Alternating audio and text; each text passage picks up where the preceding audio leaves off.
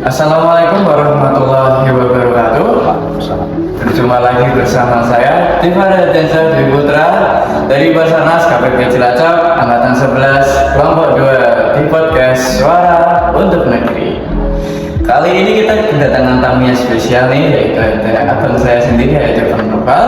Mungkin bisa saya beri dulu. Halo. Nah, jadi untuk pagi hari ini kita akan membicarakan topik yang sangat hangat di tengah-tengah ASN, Bang. Jadi yaitu tentang isu berakhlak.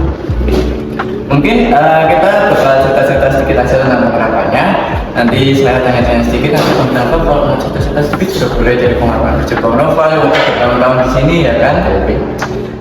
Sebelum kita mulai, mungkin boleh Bang Noval untuk memperkenalkan diri dulu. Oke, sebelumnya perkenalkan, nama saya Noval Sadilarsyad. Saya angkatan 2022. Untuk formasi saya sebagai operator komunikasi di kantor Sel Cilacap. Oh, jadi untuk jabatan Bang Noval sendiri itu berada di operasi komunikasi ya, Bang? Operator komunikasi. Oh iya.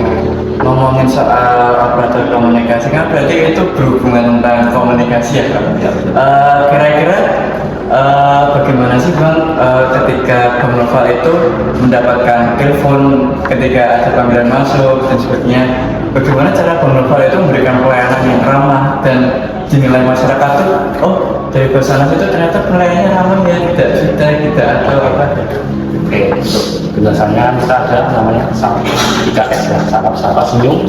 Kemudian untuk dalam panggilan atau telepon itu kan kita harus menggunakan nada yang pelan, nada yang sopan. Seperti itu. Kemudian untuk ketika kita bertanya atau kita meminta informasi, ya kita tanya dengan cara yang baik. Sebetulnya, Bang. Tapi kira-kira nih, Bang, Bang Noval sendiri itu pernah nggak mendapatkan komplain dari telepon tersebut seperti, ini kok pelayanan seperti gini sih, ini kok pelayanan seperti ini? Ketika Bang Noval mendapatkan komplain seperti itu, kira-kira bagaimana ya Bang Noval menghadapi situasi itu?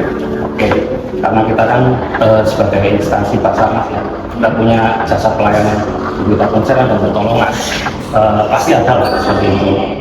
Seperti yang terjadi belum lama ini, jadi ada sebuah kapal, waktu kemarin itu kapal itu kan, dia itu meminta kita dengan nada yang tinggi dan seolah-olah kita tuh harus segera ke sana. Nah sebenarnya kalau kita menjelaskan, sebenarnya SOP-nya itu karena kapal itu belum jalan atau seperti apa. Nah, tapi orang itu dari krunya atau dari orang yang pemilik kapalnya itu menekan kita untuk segera berangkat karena sudah darurat.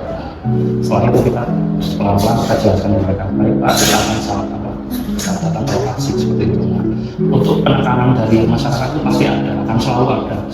Kita sebagai ujung tombak dalam informasi, karena awal atau ujung tombak informasi, sedangkan sebagai respon kan ujung tombak lapangan.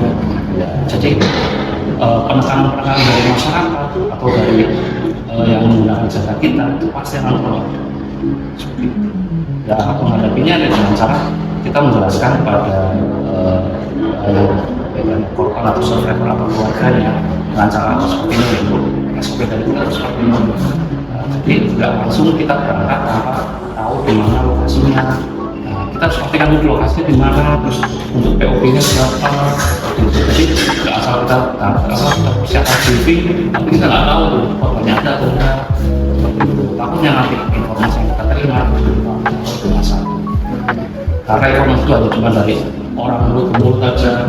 Kita sebagai operator komunikasi itu juga harus memastikan dari apa dengan melalui satu hal itu. Jadi untuk memastikan itu kita harus melalui data itu, begitu kejadian di mana, siapa, dari mana, dan lain-lainnya itu.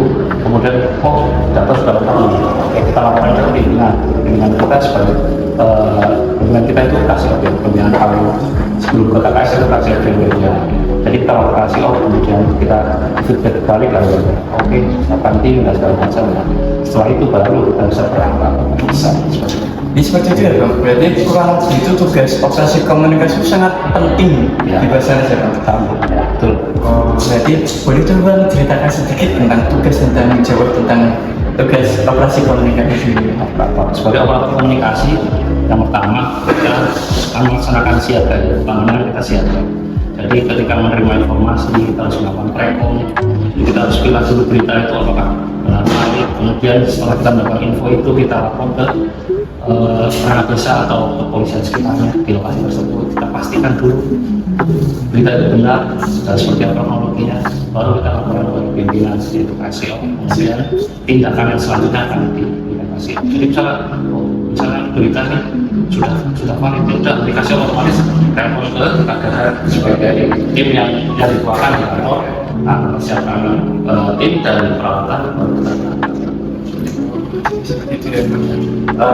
Untuk memenuhi tugas-tugas yang tanggung jawab tersebut, mungkin ada nggak skill yang dimiliki Bang Noval itu yang Bang Noval merasa kurang atau apa dalam hal tersebut mungkin? Kalau untuk skill yang kurang sebenarnya kita sebenarnya mencoba untuk tetap bisa melakukan pekerjaan dengan baik ya. Tapi tetap aja namanya lapangan atau namanya dalam pekerjaan pasti tetap ada kekurangan. Ya kita bisa atasi dengan cara mengupgrade skill kita ya dengan terbiasa. Kita kan harus dari berlatih kemudian kita mampu. Tapi ketika ada kesalahan dalam cara membuat laporan atau apa, kita jadikan kesalahan itu sebagai evaluasi kita untuk berikutnya lebih baik lagi. Sangat luar biasa ya Bang, ternyata ya Bang. Berarti kan biasanya kalau aku hari-hari lihat Bang Noval kan waktu itu kan kita pernah sertifikat ya Bang. Ya. Bang Noval itu kerjanya udah bagus, sacet gitu kan Bang. Nah ketika akun seperti itu mungkin kan ada juga rekan akun yang memiliki kemampuan di bawah Bang. Nah kira-kira itu seperti apa cara aku membantu atau akan memegang kerjaannya sepenuhnya atau hanya mengarahkan atau hanya seperti apa gitu kan? Karena kita kan di operator komunikasi itu ada orang 5 kom dan 1 teknisi. Kita semua sudah punya proporsinya, jadi orang yang memang punya sudah bagus ya sudah, terus kemudian ada tambahan lagi. Nah, itu sebenarnya kita udah nggak perlu memberi masukan atau apa karena mereka sudah berjalan dengan porsinya masing-masing gitu. Ya, jadi kita nggak ada namanya walaupun salah atau apa, itu namanya pelajaran aja.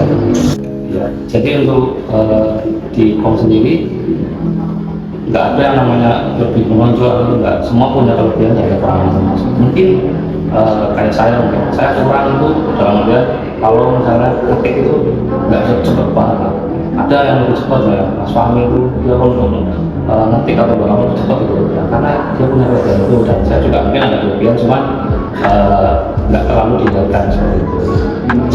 Nah, yang semuanya itu punya kelebihan dan masing-masing.